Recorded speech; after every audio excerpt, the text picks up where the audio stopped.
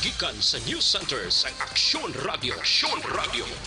Yari ang mga nagapangunang balita sa syudad sa Bacolod kag probensya sa Negros Occidental. Mga balita lokal, nasyonal, sa Aksyon Balitang Bayan. Numero 1, Aksyon Balitang Bayan.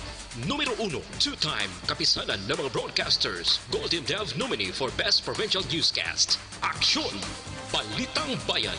Numero 1. Aksyon Balitang Bayan. Numero 1. Kagkaroon ang inyo news team.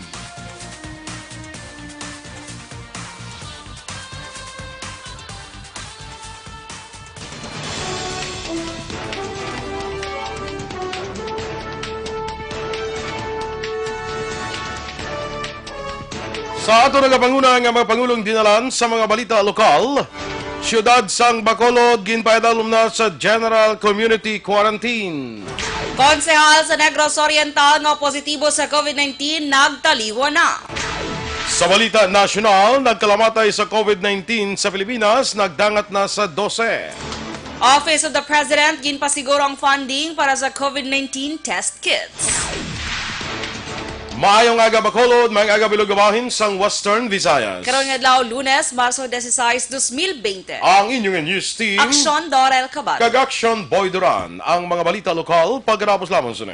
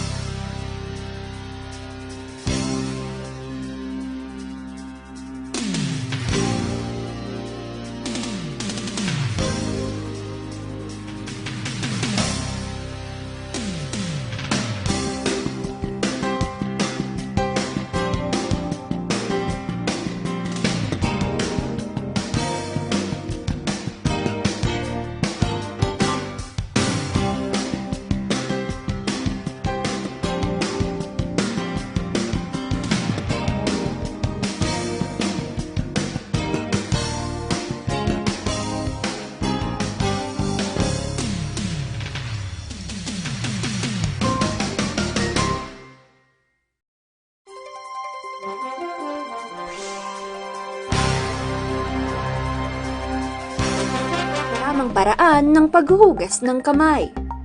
Ang wasto at regular na paghuhugas ng kamay ay mabisang paraan upang makaiwas sa mga sakit. Ito ay makatutulong sa pagpigil ng pagkalat ng virus na nagdudulot ng sakit. Una, basain ng tubig ang mga kamay at sabunin. Ikalawa, sabunin ang mga palad.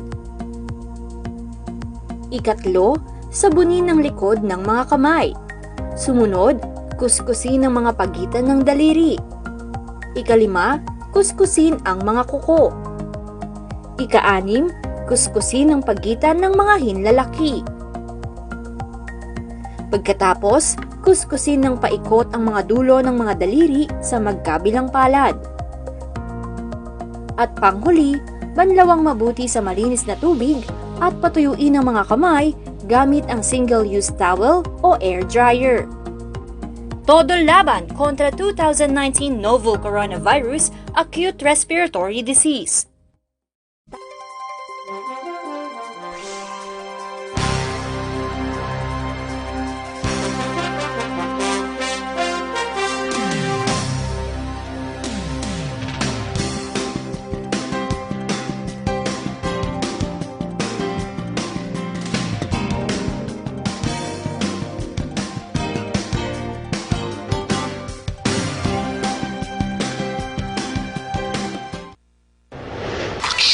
Balitang Bayan, Numero 1.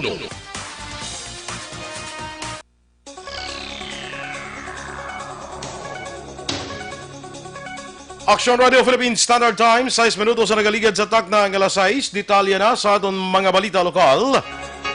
Ginpaidalom na ni Bacolod City Mayor Evilio Bing Lunardia ang siyudad sa Bacolod sa General Community Quarantine effective immediately. Ang Executive Order number 21 ginpagwa pasado las 12 sang kaagahon karon gid lamang Marso 16. Sakop sang mando ang pagdumili sa pagsulod kag pagwa sa siyudad sang Bacolod. Kalakip na ang tanan nga land, air kag sea travel. May angot niya si Governor Eugenio Aksyon nagmando man sa pagpasira sang tanan nga borders, puerto kag airport sang Negros Occidental sumugod sa gilayon tubtob ini sa Abril 14 tuig 2020.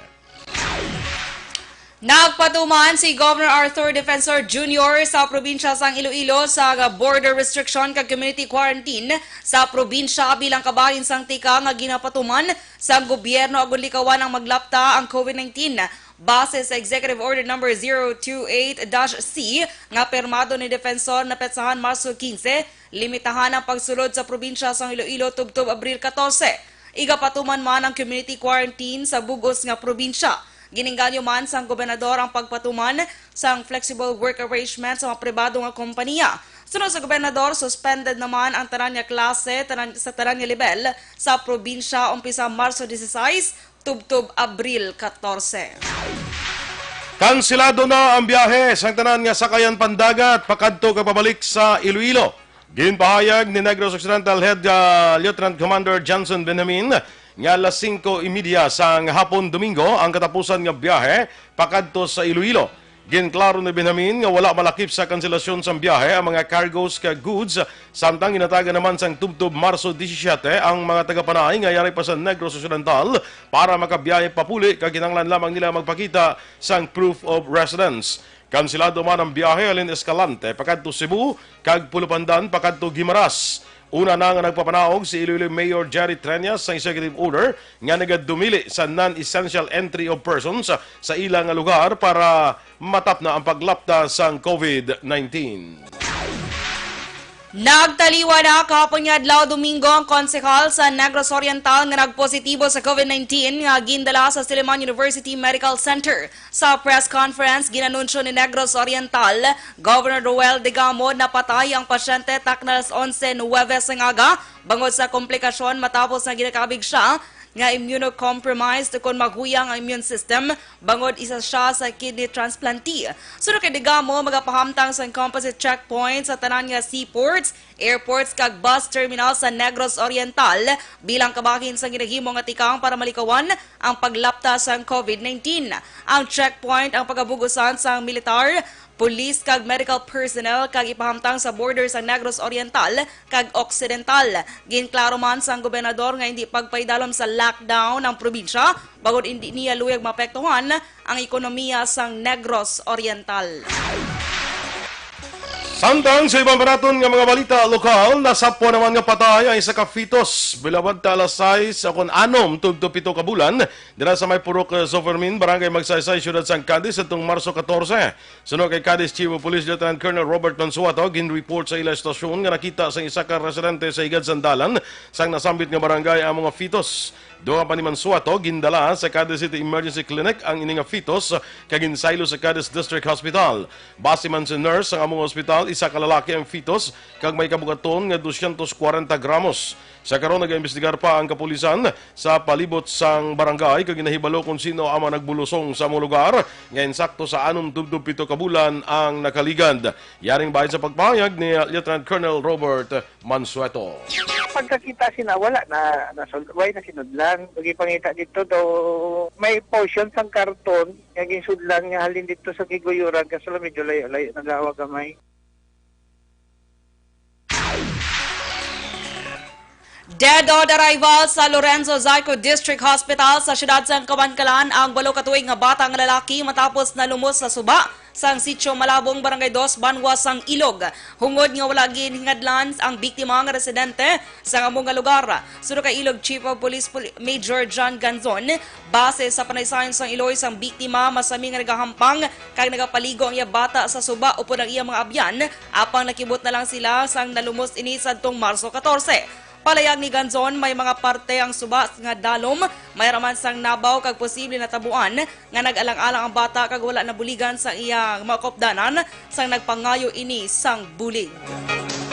Patay man ng isa ka farm tractor operator matapos aksidente nga nakuryente samtang nagatrabaho sa Hacienda Manalo 5, Barangay Tanza, Banwas ng Ibi, Magalona, malas 10:30 antak na sang aga sa tong Marso 14. Ang napatay ginkilala kay Raymark Pamatian, 27 anyos, kag residente sang Barangay Hawayan, siyudad sa Silay. Sunod kay Captain Wilfredo Binoman, ang hepe sang Ibi Magalona PNP, ginadiskarga sang biktima ang karga nga tubo sang traktora sang aksidente nga matandugan ang nagakabit nga live wire sang Numero nga mong resulta sa pagkakuryente. Gindala pa sa Teresita Halandoni Memorial Provincial Hospital ang ining biktima apang gideklarar nga patay na. Patay ang isa, samtang pilaso naman ang upod sini matapos nakabunggo ang ginasakyan nga motorsiklo sa auto sa tubang sa Kinad Residence Subdivision, Araneta Street, Barangay Tangob, alas 12:30 sang kagahon, kahapon nga adlaw Marso 15. Ang napatay ang ginkilala kay Edmar Manega, 30 anyos, samtang pilason ang ginkilala kay Jose Efraim o kung Efraim Onate, 35 anyos, tanan nagapuyo sa Purok San Roque, Barangay Tangob. Sa investigasyon ni Major Charles Hever, ang hepe sa Police Station 8, isa ka direksyon, ang duha ka salakyan padulong sa sur apang luyag kuntani nga magliko sa ang auto nga salakyan kag wala nagbunggo ang nagasunod nga motorsiklo sa wala man nga bakin sang lawas ng auto. Ang duha ka masalakyan ang nakabunggo pa sa Center Island sang dalan. Patay on the spot si Maneja, samtang paday nga ginabulong sa hospital si Onate. Preso naman sa custodial facilities ang Police Station 8 ang driver nga si Roger Sagre, 59 anyos, nagapuyo sa Santa Ville, Barangay 5, Siyudad sang Silay. Nakumpiskar naman ang kapin 1.9 milyones pesos nga bilis ang inasuspetsyohan shabu sa drug bypass operation sa Police Station 2 sa Cityville Subdivision, Barangay Estefania, Siyudad sa Bacolod, gahapon nga adlaw Marso 15. Ang nadakpan ginkilala kay Mark C. De Leon, 20 anyos, ginakabig high-value individual sa kapulisan. Sunod kay Police Major Sherlock Gabana, ang hepe sa Police Station 2, ikatatlo na ini nga beses nga ila gin-operate ang suspetsado nga madasig man nga makamutik kang magpalagyo. Magluwas sa illegal nga droga, nakuha man kay De Leon ang isa ka 357 revolver, 2,000 pesos nga buy-bust money, 1,500 pesos nga napatihan benta sang shabu kag mga drug paraphernalia. Ginako ni De Leon nga iya ang mga nakumpiskar nga illegal nga droga, kag ginpahayag nga resulta sang kapigaduhon kung nga nahimo niya ang illegal nga buluhaton. Si De Leon ang preso karon sa custodial facility sang Police Station 2. Ikatatlo na ni namon subong operation sa iya kag mga lapit naman sa kabulan ni ang monitoring namon sa iya. Kagula kami gi-expect nga amo ni kadamo ang iya items kay according nga sa amon information nga na-receive mga 5 lang ka bulto ni iyang items pero way kami gi-expect nga amo ni kadamo. Kabahin sa pahig ni Police Major Sherlock Gabana sa Police Station 2. Aksyon Radio Philippines Standard Time, las 6:14. Sa mga bukol-bukol nga natubo sa mga lawas, sis man kung tumor, hindi pagpatugaya, hindi pagpabayi para hindi na magmalignant. Maginom na ang Santon Plus Server Capsule. Sunod sa mga eksperto, ang Santon Plus Server Capsule makatunaw sa mga breast cyst, myoma, bukol sa ovary, bukol sa baga, goiter, kag iban pa. Ginabuligan pa sa Santon Plus Server Capsule ang mga lawas para nga hindi matubuan sa mga bukol, cyst, kag iban pa nga mga balatian. Santon Plus Server Capsule, garantisado may alibyo. Mabakal sa mabutika tag 12 pesos lang. Bisitahin man ang Alternative Medicine and Wellness Center sa Medalla Nernais at tubalang sang gates ng Paglaom Sports Complex. Tabuk sinayara dira ang Alternative Medicine and Wellness Center. Pangita lang si Doc Ramel Uy para sa libre nga check-up. Kagang Santon Plus Server Capsule pwede na ma-deliver sa inyo balay pagi sa pag-order online sa www.kalusuganyan.ph o sa Kalusuganyan Facebook page.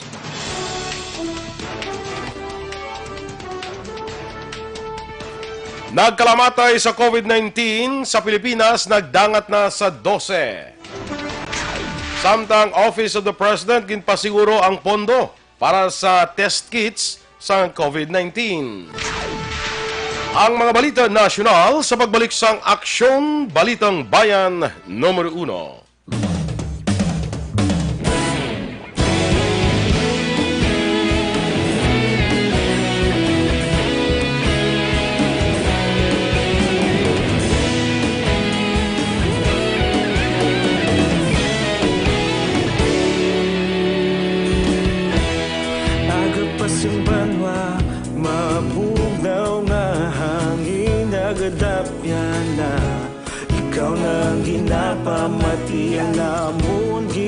sanligan.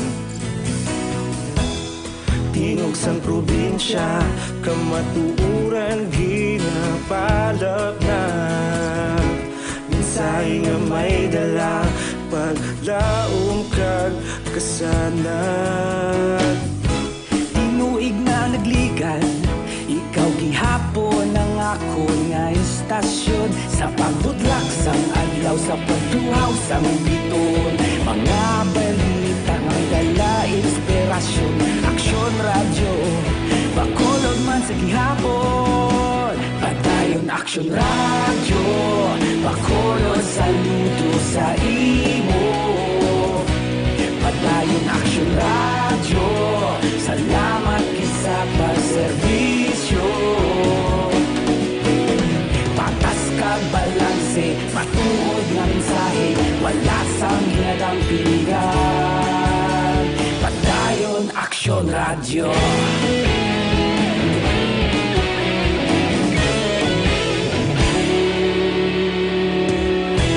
Pagkolon kag negrosanon, inyong pamatian.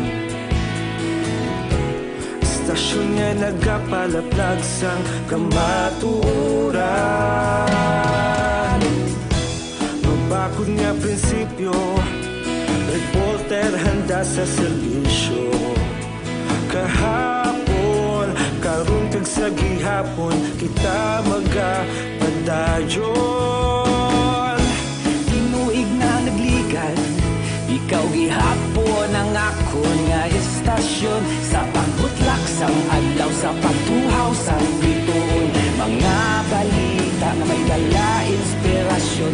Aksyon radyo, bakolod man sa gihapon. Padayon aksyon radyo, bakolod saludo sa imo. Padayon aksyon radyo, salamat sa pagserbisyo. Patas kag balanse, matuod nga mensahe, wala sang ginadang pilihan. Padayon aksyon radyo. Una sa balita, una sa aksyon, sa bakolod Aksyon Radio. Una sa balita, una sa aksyon, sa bakolod Aksyon Radio. Ikaulog na na'y sabisan ano nga kahintangan. Responsable nga pagbalita, pagdayon nga ipalangnan. Malasig pero sigurado, aksyon nga may dala pagpalanggan.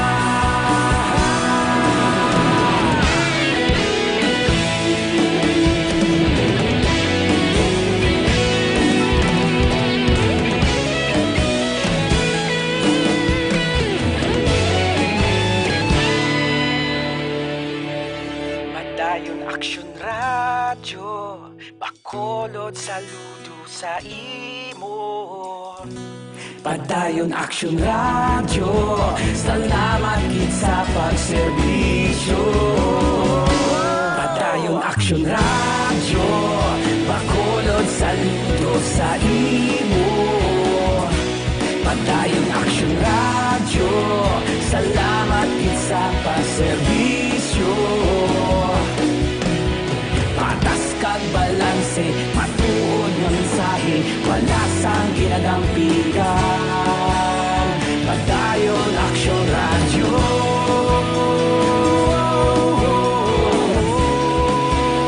Padayon aksyon radyo.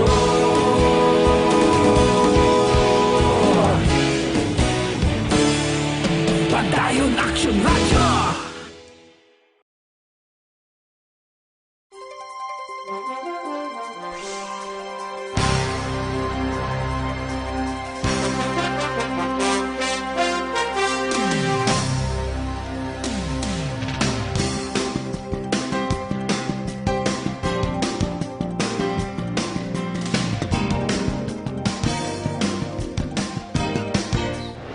Aksyon, Balitang Bayan, Numero 1. Aksyon Radio Philippines Standard Time, 6:21 sa detalye na sang mga balita nasyonal. Nagdangat na sa 12 ang napatay sa Pilipinas bangod sa COVID-19. Sa datos sa pagwas ng DOH kahapon ngadlaw, 4 ka mga COVID patient ang pinakauli nga nagtaliwan. Lakip na diri ang patient number 9 nga nagaedad 86 anyos nga isa ka Amerikana gikan sa syudad sang Marikina nga may travel history sa USA kag Korea. Nagtaliwan man si patient number 54, isa ka 40 anyos nga Pinoy gikan sa Pasig City, kag wala naman sa travel history sa luwasang pungsod. Ginbawian man sang kabuhi si patient 39, isa ka 64 anyos nga lalaki gikan sa Negros Oriental nga may travel history sa Green Hills. Pinakauli nga napatay si patient 12, 56 anyos nga Pinoy nga ginbawian sang kabuhi sa Makati Medical Center. Pebrero 29 sa naka-eksperyensya ang pasyente sa hilanat kapag ubo, kag Marso 9 sa nagpositibo ini sa virus. Ang pasyente ang report nga may pre-existing asthma. Samtang ginkumpirmar sa DOH ang 29 nga bagong kaso sa COVID-19 sa pungsod. Sa kabugusan, naglambot na sa 140 ang kaso sa COVID-19 sa Pilipinas. Ginpahayag ni Presidential Spokesman Salvador Panelo nga mayaras ang supisyente nga pondo agud pondohan ang produksyon sang test kits para sa COVID-19. Sunod kay Panelo, ang Office of the President ug OP ang magahatag sang pondo nga kinahanglan sang DOH, DOST kag University of the Philippines Manila. Sa karon, ang Manila Health Tech ang preparado para mag-produce sang mas madamo nga test kit para sa COVID-19. Ang OP sa idalom sang 2020 General Appropriations Act ang nag-alokar sang 8.2 bilyones pesos karon nga tuig kag 80% diri ang magakadto sa maintenance and other operating expenses akon MOOE. Nagpangabay si Panelo sa publiko nga mangin mahinalungon sa masala nga impormasyon sa social media nga ginakulang sa pondo ang gobyerno para masolusyonan ang national health emergency. Nagpasiguro naman ang palasyo nga may nagakaigo nga supplies ang pagkaon sa Metro Manila samtang ginapaydalo mang lugar sa community quarantine. Sunod kay Presidential Spokesman Salvador Panelo, ang DSWD ang nakahanda nga magpanagtag sang 300,000 ka food packs para sa mga kinahanglan. Nagpasiguro si Panelo wala sang mapatay bangod sa gutom, kasunod ni sa pagpabutyag sa mga tao nga posible sila ang mapatay bangod wala sang pagkaon kag indi sa virus. Ginpaatag ni Panelo magapanagtag ang Social Welfare Development sa pagkaon sa tiyon nga may mawaton nga report sa mga tao nga nagakinahanglan. Una na ang ipatuman sang gobyerno ang community quarantine sa Metro Manila umpisa sa Domingo tubtob Abril 12 para makontain ang virus kag malikawan nga maglapta pa sa iban nga lugar.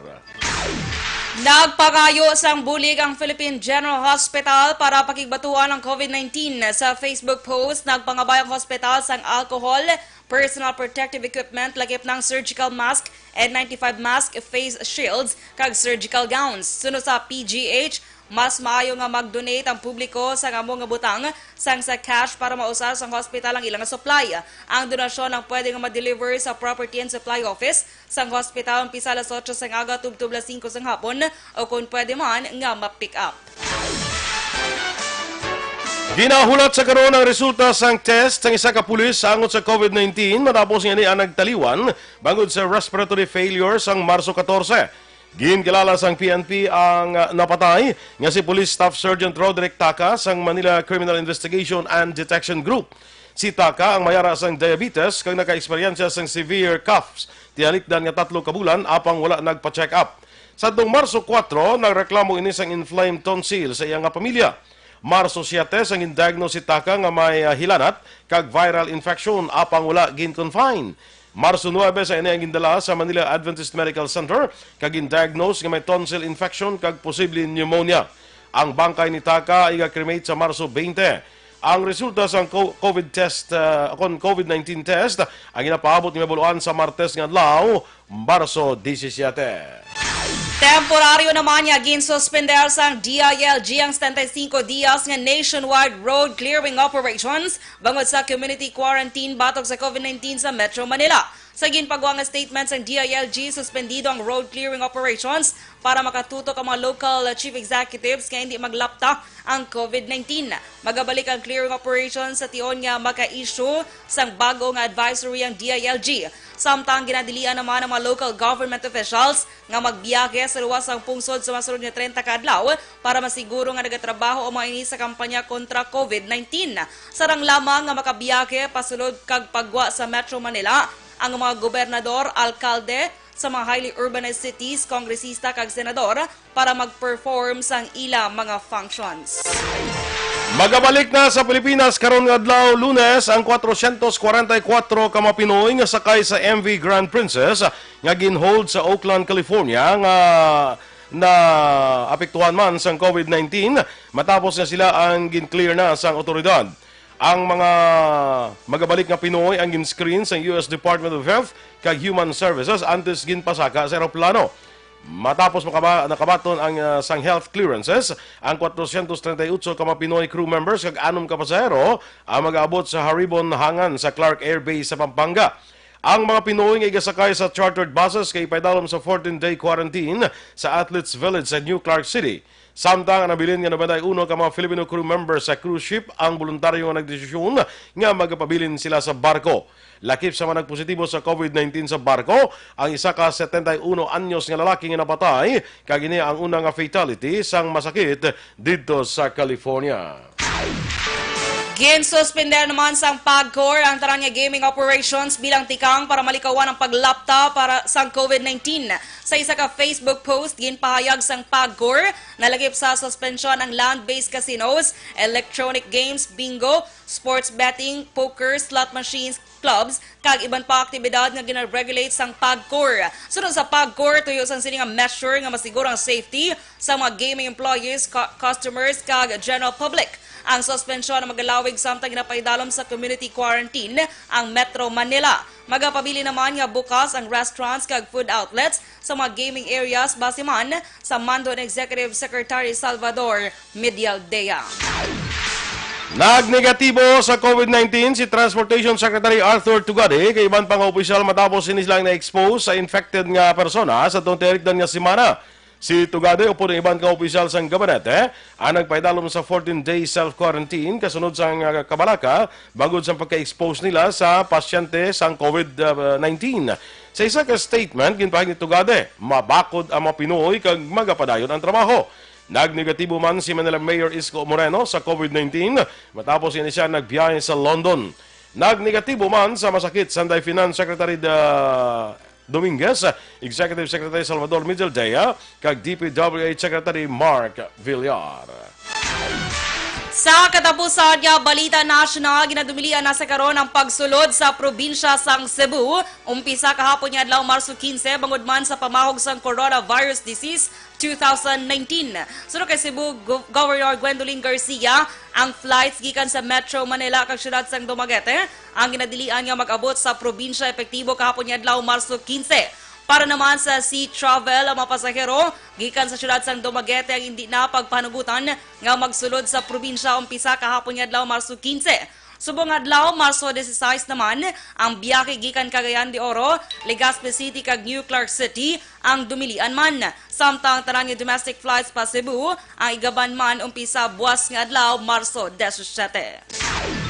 Aksyon Radio Philippines Standard Time, las 6:29. Ang mighty C naman ang alkaline nga vitamin C nagaedukar, nagabalanse, kag nagapabakod sa aton nga immune system. Ginatap na sini ang mga infection, ubo, sipon, trangkaso, TB, pneumonia, kag iban pa nga mga balatian. Kaya mighty C, ang alkaline nga vitamin C, manami man nga antioxidant nga vitamin para sa mata, ginahatagan sa alibyo, nagakurap-kurap nga mata, katarata, kag glaucoma.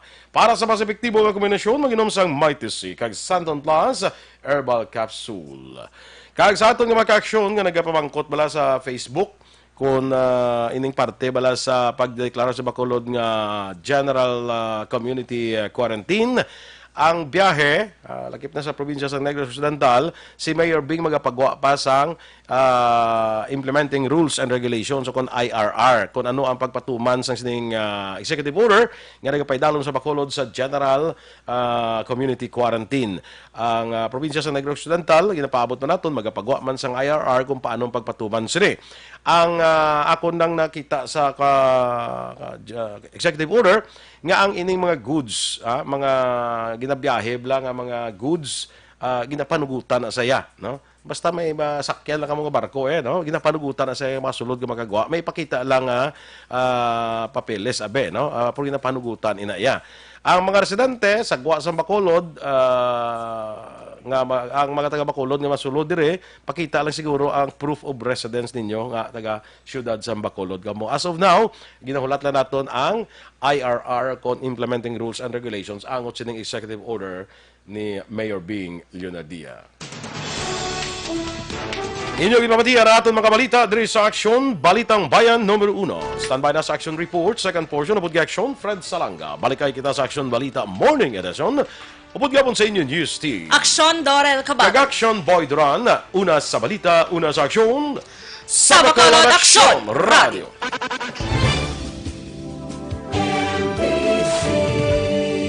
Manila Broadcasting Company. Sa balita. Komentaryo. Issue. Serbisyo publiko. Aksyon Radio. Sa Bacolod, Aksyon Radio. Aksyon!